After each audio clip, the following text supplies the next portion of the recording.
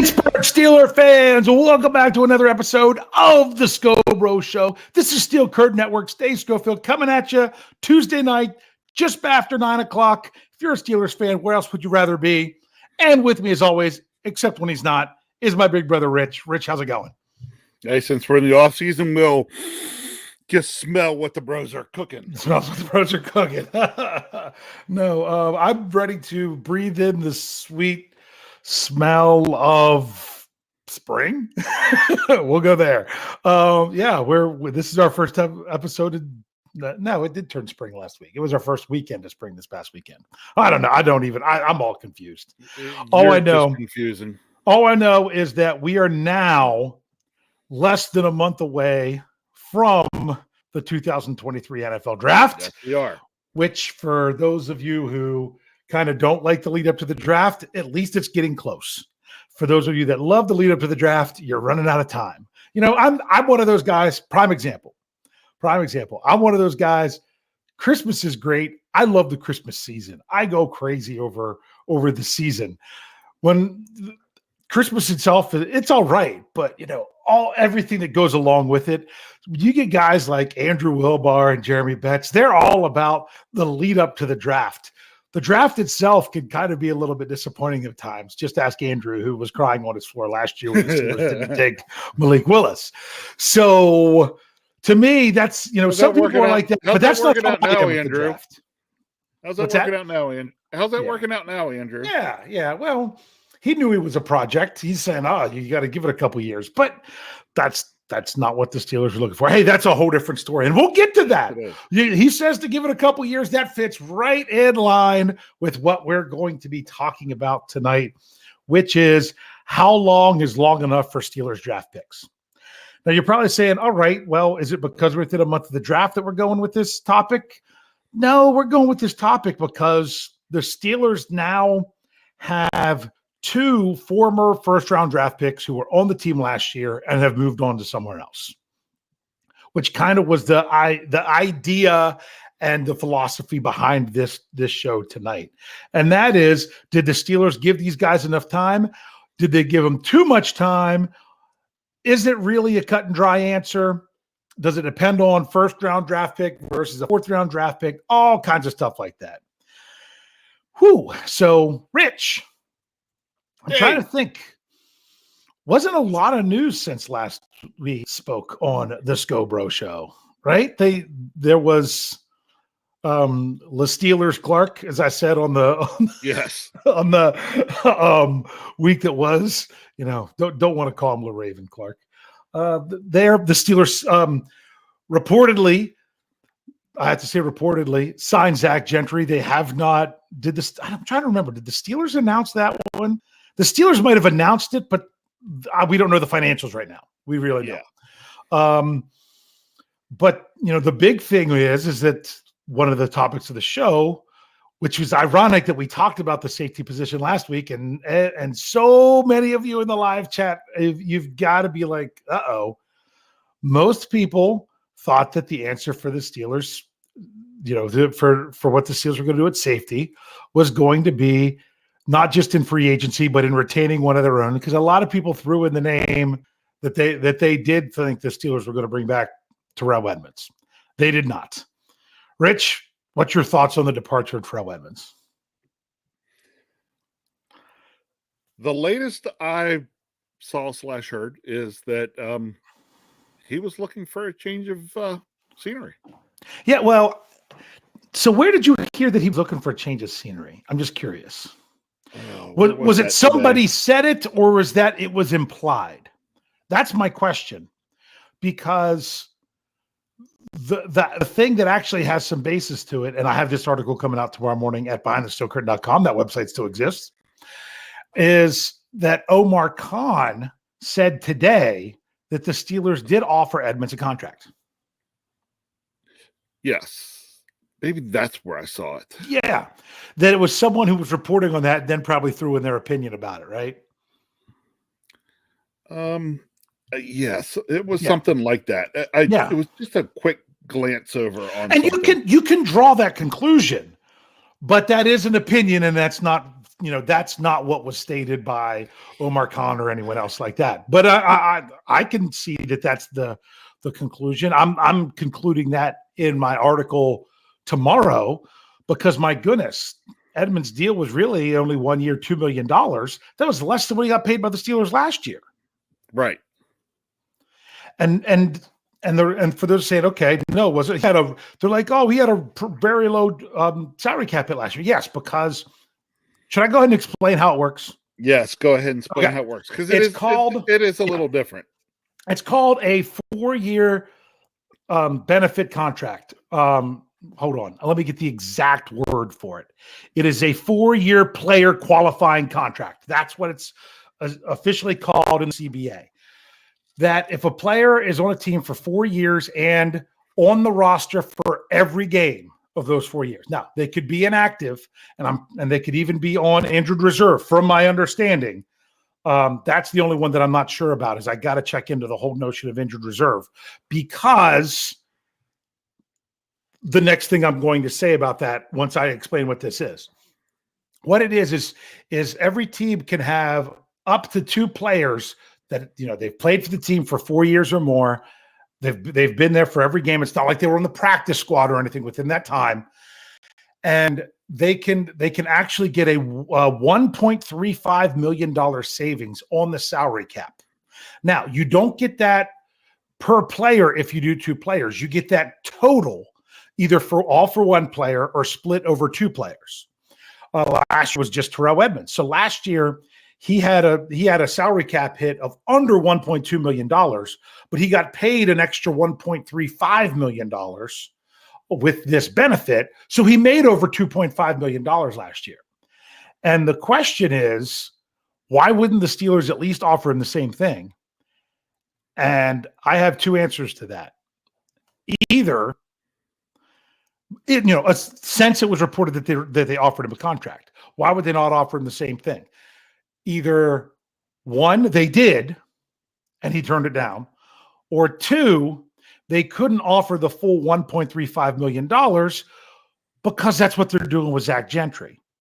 Now, I have to double check and make sure that Zach Gentry was eligible for that, because he was on IR during that time, but I don't think being on IR counts against you. It's the fact that you were on the roster the whole time. That's one thing I'm going to have to double check. So if they gave that deal, to Gentry, where he was going to have to split that $1.35 million, that was going to come in under $2 million. But here's the other thing with Edmunds' $2 million deal. It's based on playing all 17 games. He gets a per game bonus that's like $37,000, so whatever the $670,000 divided by 17 games is. That's what he gets paid per game in order, when he's there. So if he misses half the season, if he misses 10 games, he's out almost $400,000 of that. So, but he's also got $850,000 of incentives, both team incentives and personal incentives, that I don't know what they are at this time, built into his contract. Is that what is reported? So, there's a lot of numbers going on with that. But that's not very much. To me, if the Steelers really wanted him, I think they could have kept him, unless he simply just didn't want to stay. What do you think? That could be the case. Yeah. He's not your typical strong safety. He could be, he's more of a box safety, which could have great value or could not be what teams are looking to do. Now, we're going to get into this here, so we'll go ahead and talk about it now before we get into the rest of the draft stuff. We talked about safety last week. Now that the Steelers don't have that typical box safety to possibly bring back in Terrell Edmunds, are they looking to then replace Edmunds with another Edmunds type player? Or do you think they're wanting to do something different in the secondary? There's a good answer to this question. It's a Dave answer. And that answer is? We'll see. No, you know what my Dave answer would have been? Yeah. Yes. It's that or that. I just don't know which one it is. Right. Right. And it'll be interesting to see. I don't. The fact that the Steelers said they did offer him a contract makes me think that they did want to keep implementing things the same way. But the fact that they didn't offer him enough of a contract to keep him around with what he left for, my goodness, I just don't know. That's crazy. And they is that K Hoare that says 201? He says that Philly gave him a $600K signing bonus. That is incorrect. That is not the signing bonus that he was given. I think that's how much guaranteed money he was given, but that's not his actual signing bonus. So you're not wrong, but it's also not completely correct. So just trying to let you know exactly what that number was. His signing bonus is $250,000. And honestly, and not even $600,000. His guaranteed salary is $350,000. That's his guaranteed salary. So with the Steelers, his bonus would have been based on the 4-year salary benefit. The max bonus they can give is $152,500 on top of a base salary and then the extra $1.35 million. That's how that would have worked out. So yeah, it's not, he's got $670,000 in per game bonuses, which, that's really not what, was what they talk about players wanting guaranteed money. Taking per game bonuses is kind of the opposite of guaranteed money because you only get it if you play. So it's very interesting. But bottom line is the Steelers don't have Terrell Edmunds anymore. So we're going to go ahead and pivot to more of the topic tonight. And that is, as I said before, how long is long enough for Steelers draft picks? So, Rich, how long is long enough for Steelers draft picks? Depends on the player. Yeah, well, I think it depends on a lot of things. You're right. It depends on the player. What else does it depend on? Depends on the player. Depends on the team need. Depends on health. Depends on... You're getting there.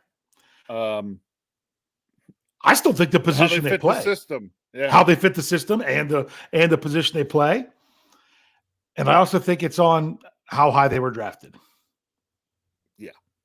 There's no reason to hang on to a 7th round draft pick because you think they're going to come around. I mean, seriously, if Devin Bush was a 5th round draft pick, do you think he still would have been on the Steelers last year? No. Probably not. Possibly not. We'll say possibly not. Maybe probably was a little bit too steep. So... But I'll also ask you this. Although, go ahead. I'm going to go ahead and bring one up that makes you sad. Okay. Wouldn't you love to still have late round draft picks still in the league? Calvin Beachum. I knew that's what you're going to say. Yeah, he was one of my favorite. No, it made sense for the Steelers to not bring him back at the time because he got hurt. Big Al stepped into left tackle and played great. Yeah. It made sense, even though it is what it is. And what's crazy is to think if they would have stuck with Beachum, he'd still be around and playing, and Big Al's out of the league. So, but Beachum didn't have any Pro Bowls, but let's not go into Pro Bowls with linemen. A lot of that's name recognition. So, but yeah, that I know exactly what you mean. But when a late round guy shows you something and you think you can develop them more, that's a whole different story. Yes. So bottom line is the Steelers moved on from Devin Bush, 2019 first-round draft pick after 4 seasons. I think Devin Bush is more of the exception because of what they gave up to move up and get him. He wasn't just a first-round draft pick. He was also a second-round draft pick. He was also a third-round draft pick of the following year. Yeah. That's what he was. He was all those things. The Steelers had a lot invested into him. Yes. Now, you do realize 2 years ago there was a lot of Steelers fans that were saying cut him. Yeah. Was that the wise move? No. Even though he's gone now and didn't really pan out. that still doesn't mean that they should have cut him 2 years ago. It didn't make sense from a salary standpoint. He had all this guaranteed, everything was guaranteed for him anyway. He was going to count against the salary cap most, if not all of what he was. So it made no sense to at least not keep him for depth. Why do you think they kept playing him so much? Do you think he was their best option? Well, that, and when you invest a lot into it, you give it every chance you can because you're hoping it comes through. And that's why sometimes really missing on a first-round pick, especially a high one, can be very costly. Because at what point do you realize, hey, they're not giving us the best at what we can have out there? I mean, last year they weren't going to bring in a second linebacker because you still had to know what was going on with Devin Bush. So sometimes that goes. Now, Terrell Edmunds was drafted the year before. Do you have the same kind of feeling about Terrell Edmunds? No, I don't. Because there are a lot of people. Yeah. There was a lot early on that said that was like, was he really worth it? Was he really worth it? Whether the guy was worth the pick where we took him was irrelevant to me in terms of, did I feel he was a contributor on the field? Okay. Yeah. He was a contributor on the field. Was he necessarily a first round talent on the field? Maybe not. Yeah. Right. It was questionable. But he should have been on he should have been on the field. So, his situation, Devin Bush's situation, totally not the same. No, he wasn't regressing.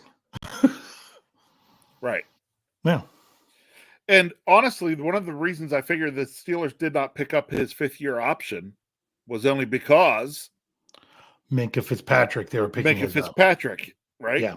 Because then they actually had 2 guys from the same draft, and they didn't really feel like they could pick them both up.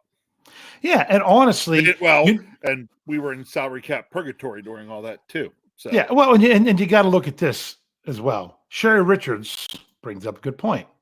If Edmunds was a 2nd-round pick, he would have gotten more credit. And you know what they did? They treated him like a 2nd-round pick and didn't overpay him for 1 year at the end of his rookie contract.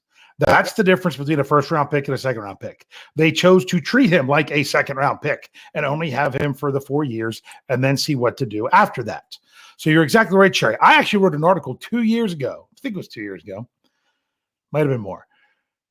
That if you would have swapped the draft choices of Terrell Edmunds and Mason Rudolph, how the perception would have been completely different of both of them. Yeah. For the best. Because at the time I wrote this, people were like, Mason's not the guy after Ben. He was only a 3rd-round pick. I'm like, they weren't basing it off of his play. He hadn't played. They were basing it off of where he was selected. Well, he had played. He played in 2019. So maybe it was then. It might have been after that season. So I'm like, and that was his first NFL action, basically his rookie year, although his first year he was, because he didn't take the field. It was his first year of playing.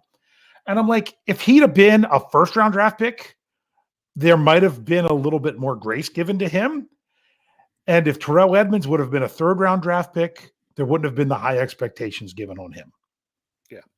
Yeah. So that was kind of my point of that at the time. Now we all kind of know how Mason Rudolph went from there.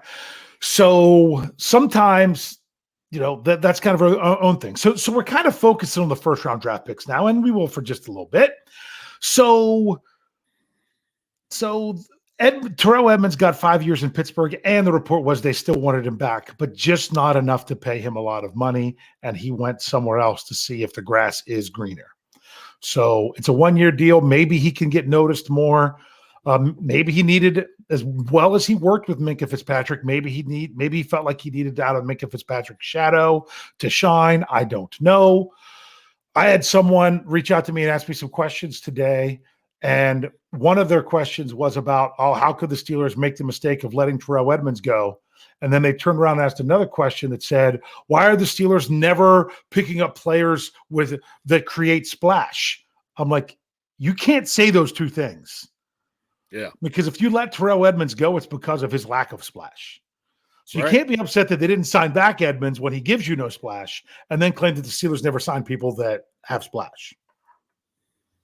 So, because that was the biggest knock on Edmunds.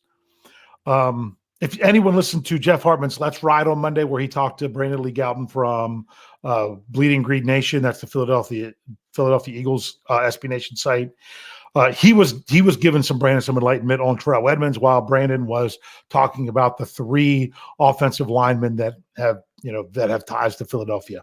If you didn't check out that episode, go back and check it out. It was a great show. And so I guess, that was yesterday. Is it only Tuesday? Wow. We're here, aren't we? Yes, yeah, we're here. It's Tuesday. It just doesn't feel like my typical Tuesday. So yeah, and Sherry said, Terrell Edmunds definitely doesn't give you splash. Maybe he can in a different system, but the way he was set up with Minka Fitzpatrick, and plus, I just don't know. I mean, it's not that he didn't have any interceptions or anything like that, but just not comparatively to others. So. Rich, let's go ahead and take a break because I want to roll into questions going beyond the first round and talk about recently drafted players and really how much time should be long enough before Steelers Nation should draw a conclusion on them. So stick around. If you're here on YouTube or Facebook, we'll be back in a couple seconds. For those of you in audio form, check out these messages. All right, Pittsburgh Steelers fans, let's roll on talking about how long is long enough when determining with the Steelers draft picks. How long do they really let them play out? How long does it take to evaluate a draft class? As a general question, Rich, how long do you like to wait before you evaluate if it was a good draft? About 3 years. Yeah, I think 3 years is kind of the standard. The 3 years is kind of the standard to kind of look at the whole class. That's right. The standard is the standard. Is the standard, but 3 years is pretty good. But man, there's a lot of Steelers fans that like to turn on their picks early. Najee Harris was done with by a lot of Steelers fans not even halfway through his second season. After making the Pro Bowl last year. After missing all of training camp in the preseason with an injury. And they were saying he was done. It was a wasted pick. He's a bust. You should just move on. Give the ball to Jaylen Warren and see what else you got. Give it to Jaylen Warren, see what he's got. Yeah. It's amazing. You know what? You know what the best position, I guess, is on the Pittsburgh Steelers? Is to be a backup. Yeah. Because everybody loves you when you're the backup. Yeah. He's the most loved man in town, the backup quarterback. Backup quarterback, backup running back. Yeah, all those things. Yep. And speaking of quarterback, what do you have to say about those out there? It's funny that I see them occasionally. There's even some, if you ever read Bob Labriola's Asked and Answered column, you get some of these in there, that think the Steelers should be looking at quarterback in round 1 this year, either as a backup to get a good one, or because Kenny just isn't working out. What? Seriously, they're out there. I have to say, I've even seen some in the live chat in the past. Probably not of those, maybe not this show, not of the exquisite listeners going on right here that think, Kenny Pickett would only be the 4th or 5th best quarterback in this draft class. The Steelers should really look to upgrade that position now before it's too late. You know what we have to say about that? You are, with all due respect, dumb.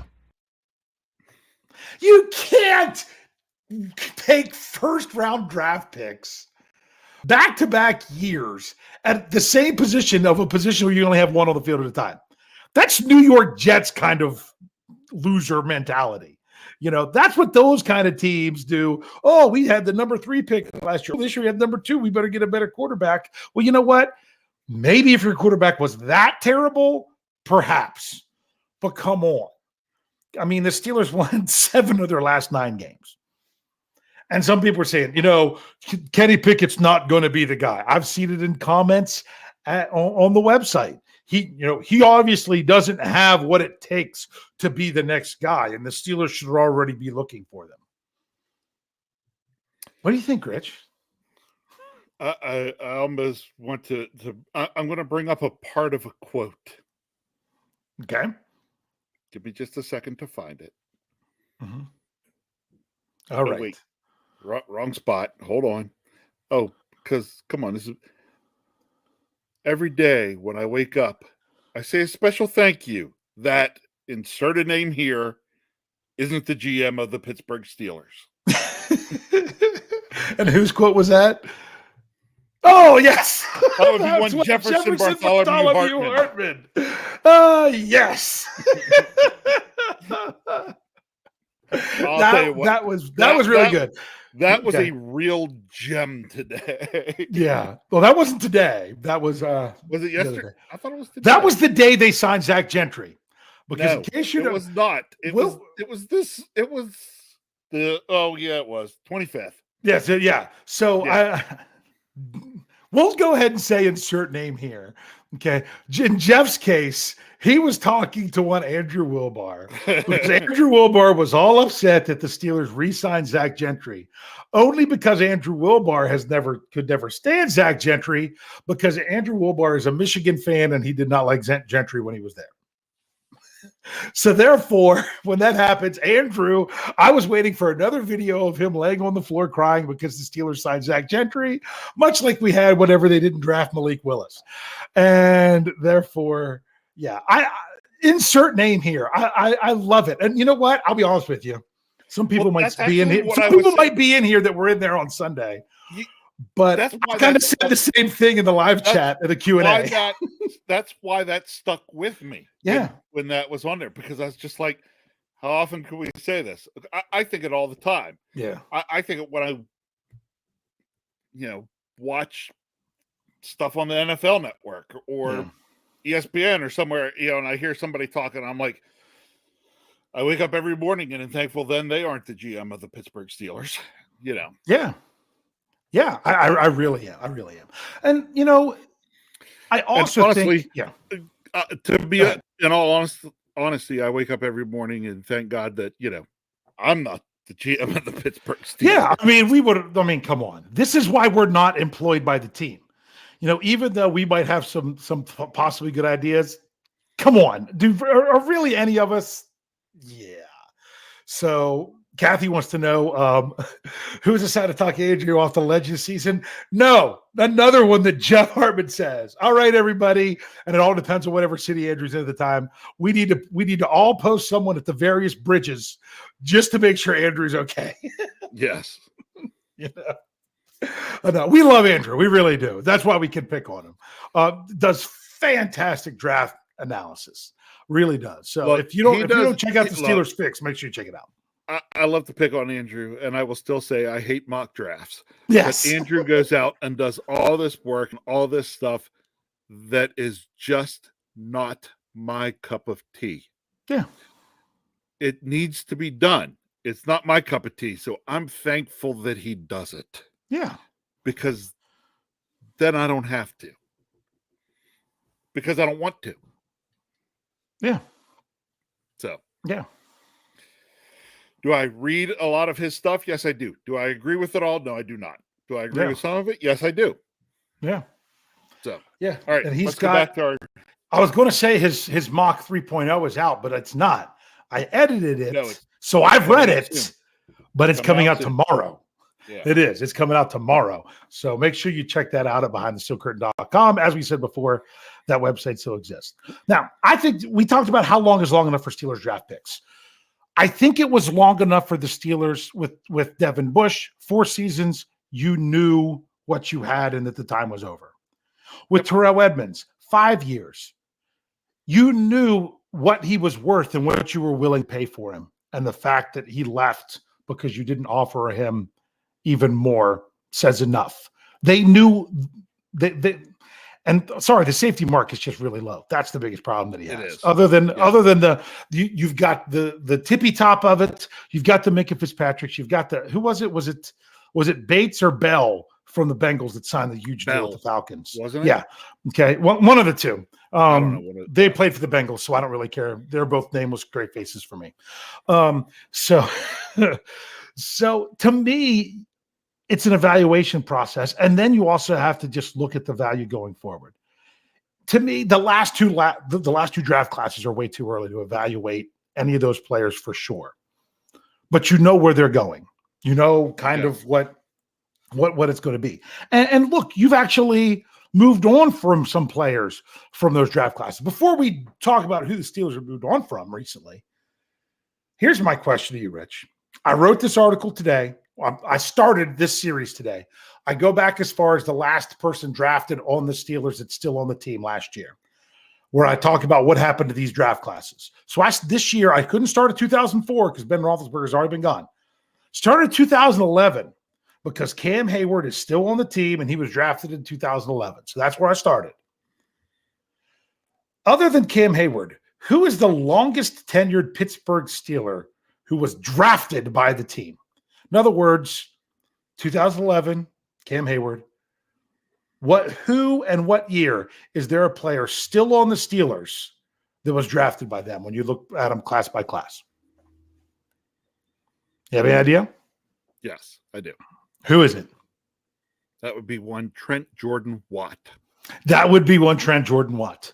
In 2017, there is no one left from the Steelers from the 2012 draft, the 2013 draft, the 2014 draft, which is sad because the top two players in there, both gone for tragic reasons, and Ryan Shazier and Stephon Tuitt. Okay. No one from the 2015 draft, although, there's the possibility. Bud Dupree came in, met with the Steelers. Nothing came of it. Didn't hear anything about it. It's not a good sign whenever they leave town. You assume they did because that was last Friday.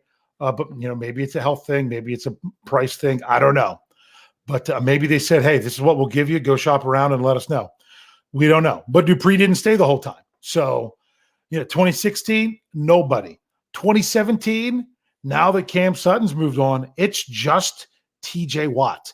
That draft class that was, very strong, especially as rookies in their first couple of years, where it was very top heavy too with the top four: TJ Watt, Juju Smith-Schuster, Cam Sutton, James Conner.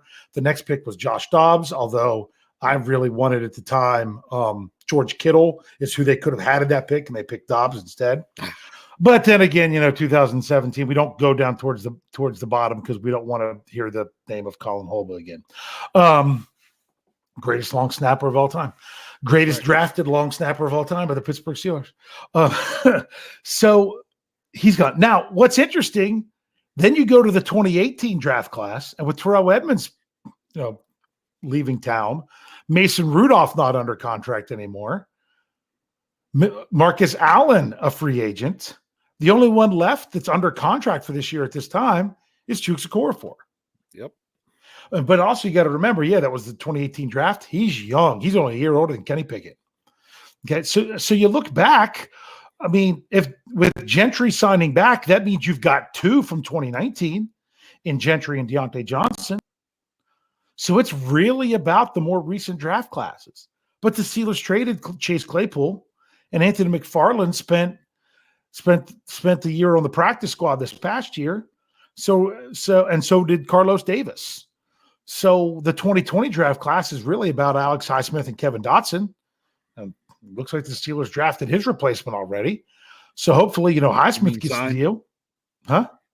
Sign. I said drafted. Yep. I mean, signed. Whoops. Whoopsie. All right. You got me. Thanks. Good catch, bro. So it's really about the last two draft classes when you really think about it. So, which is weird because it means we've gotten away a little bit from the Steeler way, which is draft and sign, draft and develop, keep, draft, develop, keep, draft, develop, keep. Yep. But the whole league's that way anymore. Yeah, it's okay. You can't complain that the Steelers don't do enough in free agency and then complain that they don't keep their draft picks. It's kind of tough. It's like, well, why can't they do both? You can't afford to do both. You just can't. You can't afford to do both. Yeah. But When you bring folks in, what do you think they're doing? They're replacing guys. Well, if Yeah. those guys are your draft picks, then you're not re-signing them. Yeah. So if you look back at, let's say, the last 2 drafts, let's look at 2021. Because honestly, the 2020 draft, you now have 3 years for those guys. That's why I think you see so much difference. So yeah, let's start at 2020. Chase Claypool, traded him, got the 32nd pick overall. Boom. Bonus. Right? Right. Alex Highsmith, possibly getting an extension before the beginning of the year. Right? Potentially, doing a nice job. Anthony McFarland, sticking around, dealt with some injury, still a possibility to be running back depth. You'd like more out of a 4th-round pick, but, it's a 4th-round pick. Honestly, from the 3rd round on, you're talking 50-50 when it comes to players actually contributing across the NFL. That honestly, 3rd round on. Yeah. Third round is where it's interesting, and a lot of times those players, can take some time. The other one from 2020, the other 4th-round pick, Kevin Dotson. After 3 seasons, I think the Steelers are evaluating what they have with him, and that's why they're signing other players at guard. Do you think that's a pretty good indication of what the Steelers are doing there as to how long they really like to give their draft picks? Yeah. Yeah. It's some pretty good data to get into it. Sure. Yeah.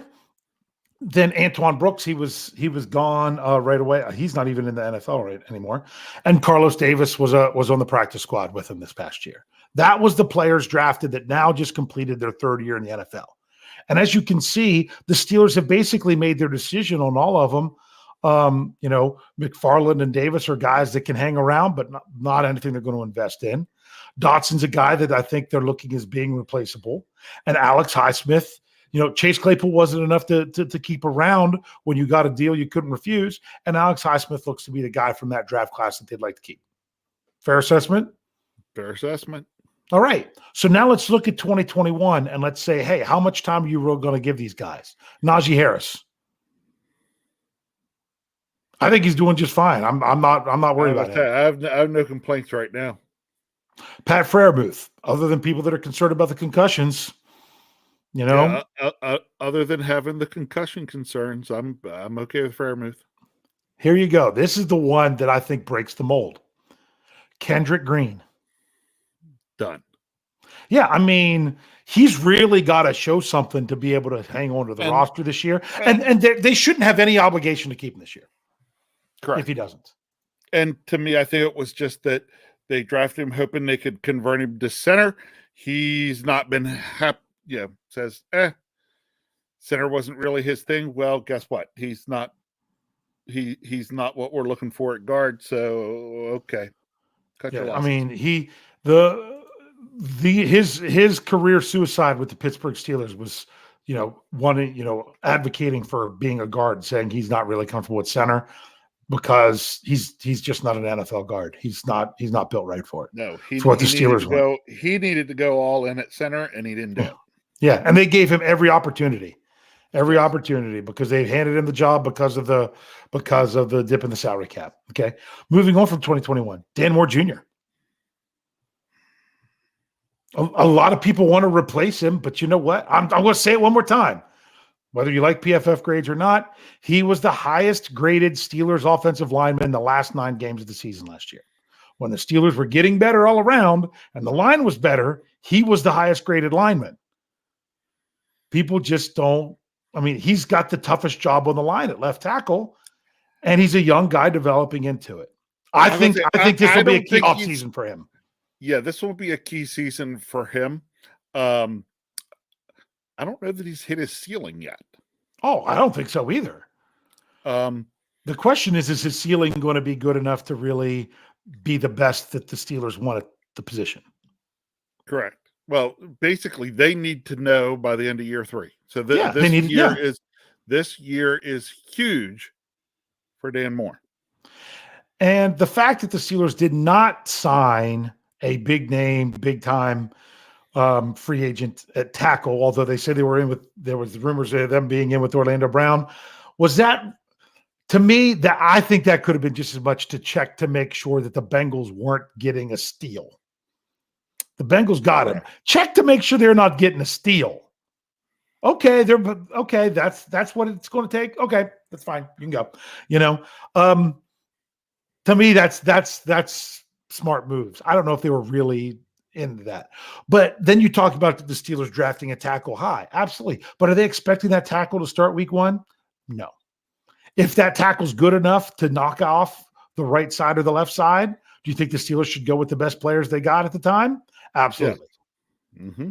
And it's not writing off Dan Moore. I still think he's got another year, even if and the Steelers aren't going to stay healthy all year all across the line. So I would bet more than anything that the third tackle outside of being a jumbo tackle plays more than one snap, like what happened last year.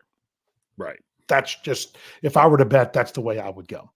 So that's Dan Moore. Here, we got to move through this quick because we're running out of time. Okay. Buddy Johnson, already gone. Isaiah Loudermilk, to me, I think this is a key year for him as well. You know, are you really going to step up and be the guy, or are you just going to be a bottom of the rotation defensive lineman? Agree? Yeah, I agree. It's are you going to earn more time, or are you just getting a few snaps here and there? Well, if so, it doesn't have to be you. Yeah. You know, Quincy Roche didn't play for the Steelers either year, but is back on the roster now. See, you know, that's just interesting to see how that goes. Trey Norwood, kind of the same deal as Isaiah Loudermilk. You know, are you going to be a guy that we can use in the secondary rotation? A guy that hangs around? He's a 7th round draft pick. If he's just a guy that's there as a backup, can work into special packages, play on special teams, that's a great usage of a 7th round draft pick. Sure it is. I mean, that really is. You know, and Presley Harvin III, I think this is his big year. If he doesn't, you know, he got much more consistent over the second half of last year. And if he continues to do that, I think he's fine. And if he doesn't, this might be the end for him as well. Correct. Yeah. I'm not, some people are willing to give up on Harvin right now. I'm like, I don't know that the Steelers, how easy it would be to find somebody better. I mean, they had Corliss Waitman and they chose not to stick with him. I think he could have been better, but that's not what the Steelers chose to do at the time. So then you have all the guys this year. They're 1 year into it, and all except for Chris Oladokun, they're still around. So they still have even more time. I think the 2021 year was the one to really look at. So obviously, we've decided as a whole, the draft class of 2022 that's still with the Steelers, they need some more time. The guys at the top, they're definitely more time to figure out. And the guys towards the bottom, if you know they're not working out and they're, you know, practice squad guys or end up on someone else's practice squad, then it is what it is. But when you're talking about, I don't think that's going to happen, because I don't think that's going to happen with Connor Hayward, you know, or Mark Robinson. I think they're not going to be those kind of guys. So I think the only one that was like that was Chris Oladokun. So Rich, so that's going to lead me into, because the last group we were talking about was 2022. And of course, the big one is always the first round draft pick. Okay.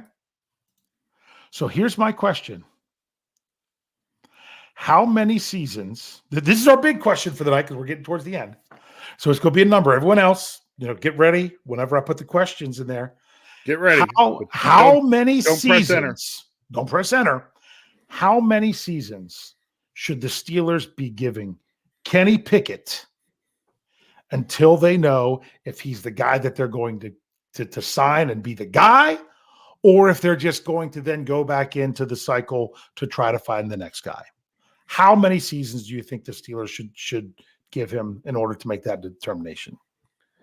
Do you really expect me to, you know, change my answer? No, it's whatever you want. I will say this. People were jumping the gun. I know, I saw that.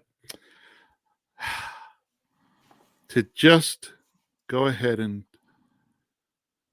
put one out there for the late Trugoy the Duff. Mm-hmm. 3 is the magic number. Which, of course, came from Schoolhouse Rock. But yes.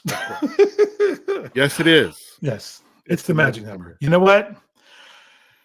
I'm not going with 3. I know where you're going. I like your number 3 because that's at the end of 3 is when you have to decide on year 5. To me, I want to say 4, but because you have to decide on year 5 after 3, I'm going 5.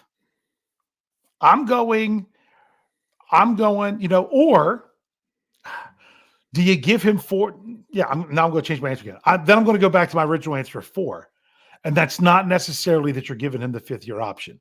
You have to decide after year 3 if you're going 5, or if not, then you're going 4 and see if you can, you could not give the 5th round. You could not give the 5th-year option and franchise tag instead if you want to. So here we go. Still got some false starts. Going to go there. How many years are you giving Pickett? There are literally some Steeler fans out there that have only giving him 1 year and say it's done. You may now. Or they're giving him 1 year and I've already made the decision that he's good to go. I think that's jumping the gun too. So don't you think so? Even after year 2, I don't know that I'm going to do, because see, George says 4 and Gabriel says 3, but Thomas says 4.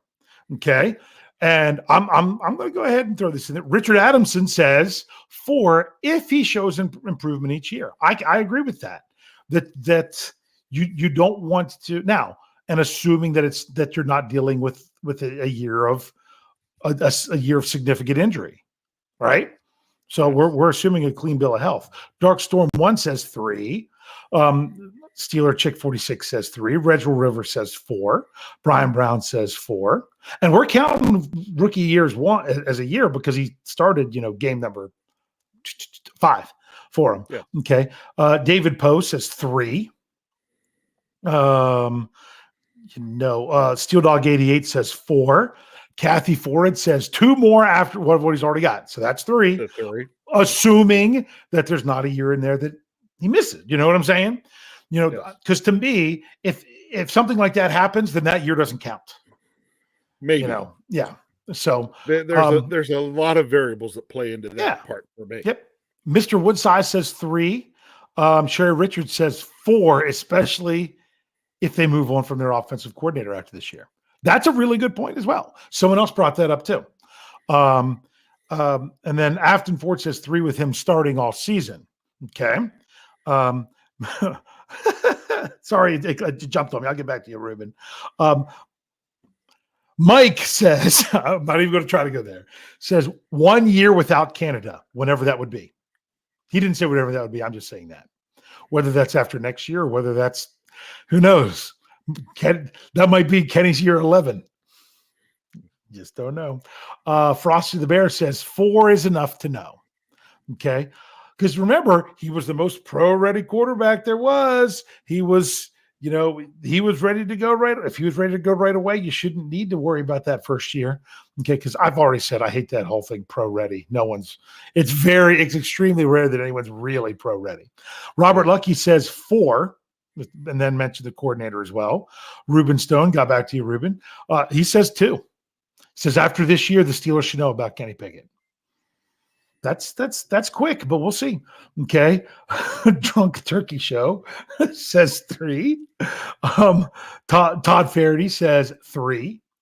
And then Terry Bradford, almost missed it because he spelled it out, said 3 seasons. So yeah. Now, I'm going to ask you this on a side note, because we're in case anyone else puts it out there. Same deal for George Pickens. You think 3 years is good there? Yes, I agree there. Same deal with the Marvin Leal. Probably. Yes. Same deal with Calvin Austin. Only because we didn't get to see what he had last year. I'm saying no. I'm saying Calvin Austin has less time because he didn't get that year. That doesn't give him an extra year. To me, that takes a year off, especially as a 4th-round pick because you're getting in, day 3 picks. If Calvin Austin misses the whole first year and then this year just doesn't really seem like there's much going on, then to me, he's just not really equated into the game plan the following year. And if he makes the roster fine. And if he doesn't, then you move on. You don't cut him in the offseason because he's on a rookie deal. There's nothing to gain there. So, we could go on, Connor Hayward, Mark Robinson, I'd even group them together. I think 3 is a good time for them as well. So, because like Sherry says, 3 for Leal and Austin needs to step up. Yeah, I think so too. Austin's got a little more to prove this year because he didn't get the chance to prove anything last year. Exactly. But bottom line is, there's no way people should be giving up on the 2022 draft class at this time. And really, they shouldn't be giving up on the 2021 after 2 seasons. But I do understand saying, hey, this is the year going into it. This is the key year. This is what they got to do. Absolutely. Right? And anything else you want to say to wrap a bow on that? No. No. No. He's not the best color man in the game for nothing. Well, you're asking me if I wanted to wrap up, put a bow on it. You would just put the bow on it. Yeah. Yeah. Okay. Yeah. Yep. So there you go. Thought it needed 2 bows? Yeah. Yeah. You know what? Please. Don't know that I like saying that Madden is right, but in this case he is. But Steelers Freak says there are multiple reports that Tomlin put the handcuffs on both Canada and Pickett. Madden is right. The nation loves blaming the OCs, meaning I think Steelers Nation. I think he's right. I'm not saying Matt Canada is great. I'm also not ready to say Matt Canada is completely the problem. You really sometimes there's more than meets the eye. Now, was it that Coach Tomlin put the handcuffs on? I don't know if he did or not. But because of that, that's why I felt that I think I said this following the season. And I think you agreed with me. I said Mike Tomlin, Omar Khan, Art Rooney, they all know how they treated Matt Canada and with a rookie quarterback and what they allowed him to do and what they didn't allow him to do. If he had free reign and they don't like how it works, then I understood if they moved on from him last year. If they restricted him at all, I see why they brought him back, because it was more their decisions than Canada's decisions. Right. Yeah. So that's interesting. So, hey, make sure you're checking out all our shows. I could give you the whole rundown, but I think those of you that are here probably know most of them. Make sure you're checking out Let's Ride tomorrow morning. That you'll get Steel City Insiders, the noon show with Jim Wexel and Jeremy. I can't pronounce his last name, but I can't pronounce anybody's last name. And then, tomorrow night you'll get Curtain Call. What's that? You struggle with your own some days. Yeah, I know. Sometimes I can't even pronounce my own name. Sometimes you can't get mine right either. I know. You think by now I would know it. Who I definitely don't get names right? My 2 sons, whose first names start with the same letter. Oh, that was a brilliant idea. Yeah, I'll regret that for the rest of my life. No joke. My youngest son today, no less than 3 times did I call him my other son's name. It happens. So, and also make sure you're checking out the Fans First Twitter account. Jeff Hartman's. We're trying to build that. It's starting to get up there. But part of the Fans First Sports Network. If you're looking for coverage of other sports that you're into, like baseball, it's kicking off. Hockey. I didn't check. The Pens were down 0-3 and came back and tied it. We don't have Tyler W in the live chat giving us updates. Yeah, they gave up 7 goals. They were tied 4-4 in the third, but yeah, that didn't happen. But one was an empty net. Oh well. But if if you just looking for coverage of other sports, make sure you're checking out Fan First Sports Network. Lots of great stuff. Lots of other passionate podcasters there, and of course, we bring all that we can here at Steel Curtain Network. So, Rich, what do you have to close us up here tonight? My words of wisdom. Your words. Is that no, hold on. I'm waiting for it. I've heard nothing but words of wisdom from you for almost 45 years now. So I'm excited. For my words of wisdom. For your words of wisdom. And on that note, can't wait.